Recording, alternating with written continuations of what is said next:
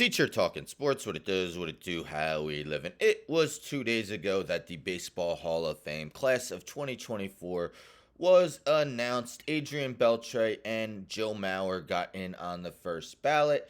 Todd Helton also joined them in reaching the 75% threshold, and they join Jim Leland as being inducted into the Hall of Fame this year.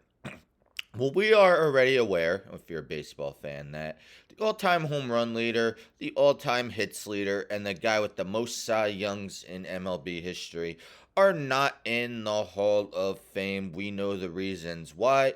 Well, one of those guys shared his thoughts. That is the Rocket, Roger Clemens, 7-time Cy Young winner, a guy who won 354 games, led his league in ERA 6 times, led his league in strikeouts 5 times, led his league in WHIP 3 times. I could go on and on. The 1986 AL MVP, historic career. Again, if you're a baseball fan, you know why he's not in. But anyhow, this via Clutch Points, Joey Mastretta. Roger Clemens' blunt baseball Hall of Fame take shows how he really feels. So, Clemens went on what is the podcast called? Foul Territory. Host Scott Braun, and then it also has co-hosts, former players AJ Perzinski and Todd Frazier. So Clemens said, well, first of all, if I knew it was Hall of Fame Day, I probably wouldn't have come on with y'all. Clemens said on Foul Territory. So maybe a little salty, or maybe he honestly doesn't know. That tells you how much I pay attention to it. It was in our rear view mirror 10 years ago.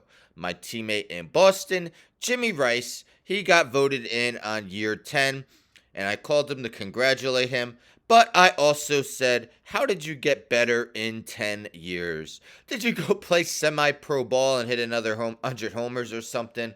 Come on. He should have been in on the first one. Either you're in or you're not. Clemens also said the Hall of Fame is not going to change my life one way or the other. Well, I definitely understand his take on Jim Rice taking 10 years to get in. And a lot of people do question how I think a guy like Todd Helton had maybe around 10% of the vote to start and ends up with 75%, like 65% more people are voting for him. Again, nothing happens with his statistics. He has the same Hall of Fame case that he did on the first ballot. There are things such as the ballot being stacked, like when he first came on, all the PED guys were on, about half, like for Bonds and Clemens, many were on the fence.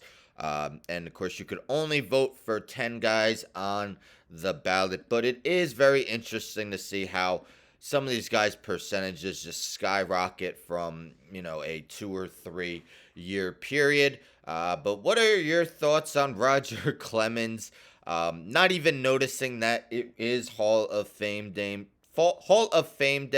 Do you actually believe that he didn't realize that? Do you agree with his take on how, why do the votes change so much over years when guys' stats don't change? But again, Hall of Fame, awesome group of players, but the all-time homer leader, the all-time Cy Young's winner, and the all-time hits leader are not in. What are your thoughts? Should they be in the Hall of Fame to really make it a museum of the true greats? Although many say they did cheat because of the PEDs, and Pete Rose, we know, because of the gambling. Anyhow, don't forget to subscribe. Tell a friend, tell a friend, and tell a friend to subscribe. Like the video, share the video, hit the bell for notifications. I'm out.